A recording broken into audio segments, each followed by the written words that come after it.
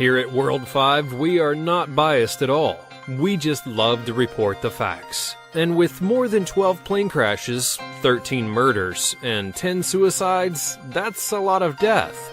But not just any death. Join us as we look at the connection to Bill and Hillary Clinton and their alleged death victims. It all begins with Ron Brown. Now, there's a reason that Ron Brown is first on our list.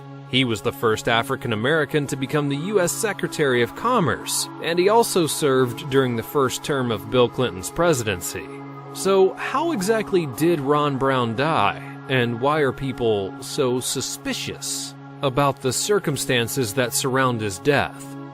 As it turns out, Brown was killed during a plane crash near Dubrovnik in Croatia in 1996, and many people believe that Bill Clinton was involved in his murder. Brown was near indictment and threatened Clinton that he would not go down alone. The day afterwards, Brown's lawyer was murdered in a drive-by shooting. And the day after that, an air traffic controller in charge of the plane during the crash was found dead. Now, Brown may have been shot in the head during the flight, according to X-rays, and the United States claims that there was no black box found on the plane, even though television shows aired teams pulling it out. Sounds rather suspicious, don't you think? Bill Shelton and Kathy Ferguson. We're putting these two together on our list because they were engaged. They were also both connected to Clinton, and both died just 1 month apart. And what was their cause of death? Well, it was ruled as a suicide. But was it really? Let's have a closer look. Kathy Ferguson was a witness during Bill Clinton's sexual assault case that involved Paula Jones. She was found dead in Shelton's apartment with a gunshot wound in her head. At the time, it was ruled a suicide.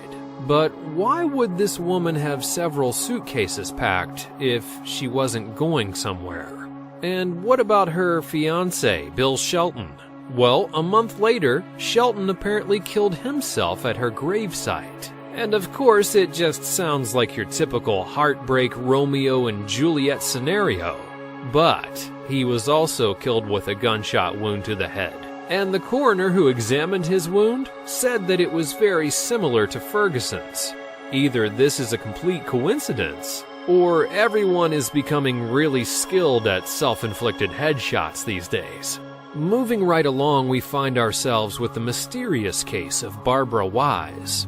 Wise's death is by far the most mysterious out of any on our list. The Commerce Department employee apparently worked closely with Ron Brown and another associate. She was also suspected of leaking certain commerce documents which allegedly exposed Chinese espionage, which is, of course, plenty of reasons to get on Clinton's bad side. Someone must have had a really deep hatred for the woman, because she was found dead and locked inside of her own office. She was also bruised from her head down to her waist, and to this date, no one's ever discovered the reason why. Plenty of speculation surrounding the event leads many to think that she was tortured for hours on end before her death. It also leads you to wonder why the Commerce Department apparently doesn't have any security cameras around their building. And following victims who died by headshot, we find Ed Willie. Willie was involved in plenty of Clinton's fundraising events, and his cause of death? You guessed it, suicide, with a perfect shot to the head. But it gets even weirder once we dig into some of the background. In 1993, Willie's wife, Kathleen Willie, had a job-seeking meeting with Clinton as the couple faced plenty of financial difficulties. During this meeting, she claims that the president sexually assaulted her. Little did she know that her husband was already lying dead in the woods, with a suicide note saying that he apologized for the financial situation. Now, was this a mere coincidence, or a quick warning shot? These days, Kathleen is still very anti-Clinton, and has already expressed her desires for Trump to win the upcoming election. And you've probably heard of Stanley Hurd and Steve Dixon, right?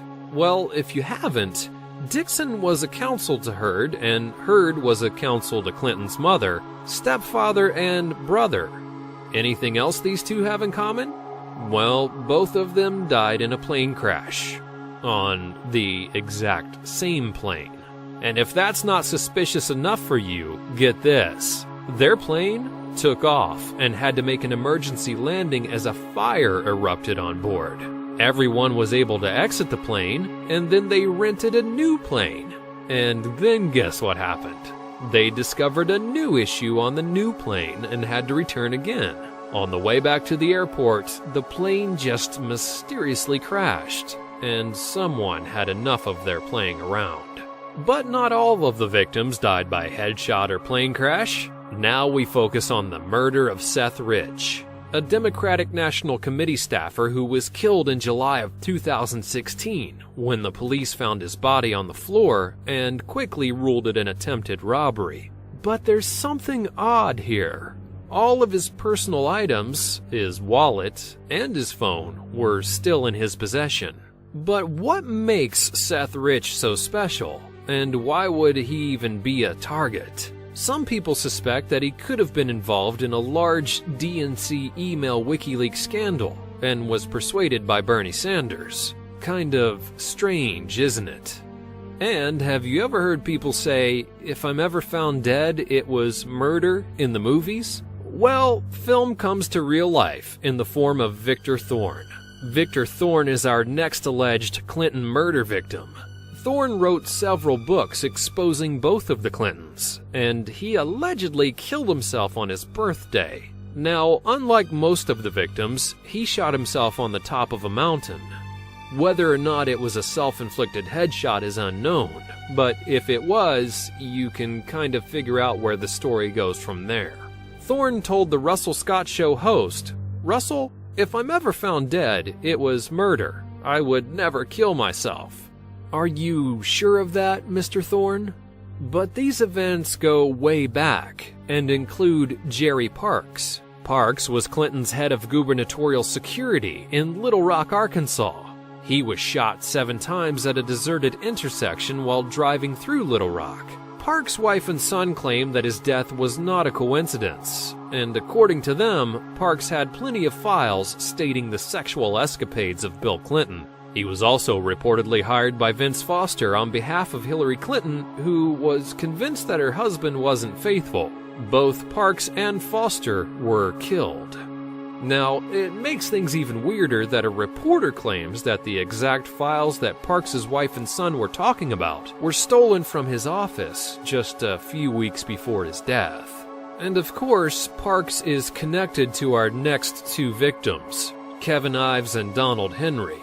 These 2 teenagers were found dead on some railroad tracks in Arkansas and were killed way before the train ever hit them. Their death was quickly ruled a drug overdose, but several people claim that it was just a cover-up. A witness states that they saw police beating the boys, which could mean that the teens had some involvement in a drug smuggling operation surrounding Bill Clinton. And why do people think that their deaths were not accidental? Autopsies reveal that Kevin died from a crushed skull before he was ever placed on the tracks. And Donald? Well, he was stabbed in the back, and not metaphorically. Kevin and Donald are both connected to the death of John Hillier. The NBC cameraman was working on several cases that could easily expose the Clintons, and he was also involved in exposing the Arkansas drug smuggling operation. Hillier and his associates became friends of Gary Parks, the son of Jerry Parks, who we mentioned earlier, and they stayed at the safe house where they could discuss the events and further mysteries behind the Clintons. And if that's not convincing enough for you, each person that Hillier tried to interview regarding the case mysteriously died, and it became enough for Hillier to fear for his life. One day he called up his journalist and stated that he discovered new leads for the case. They planned on meeting, but apparently Hillier died of a heart attack just a few days later. Was it a coincidence? Maybe too much stress to look after his health? We may never know. And the list goes on and on and on, including Vince Foster, Hillary's law partner, who suspiciously died. Of course, believed to be a suicide. But what do you know? Tell us in the comments below. And while you're here, be sure to subscribe to our channel for more videos like this one, and check out some of our other videos on the Clintons before you go. Thanks for watching.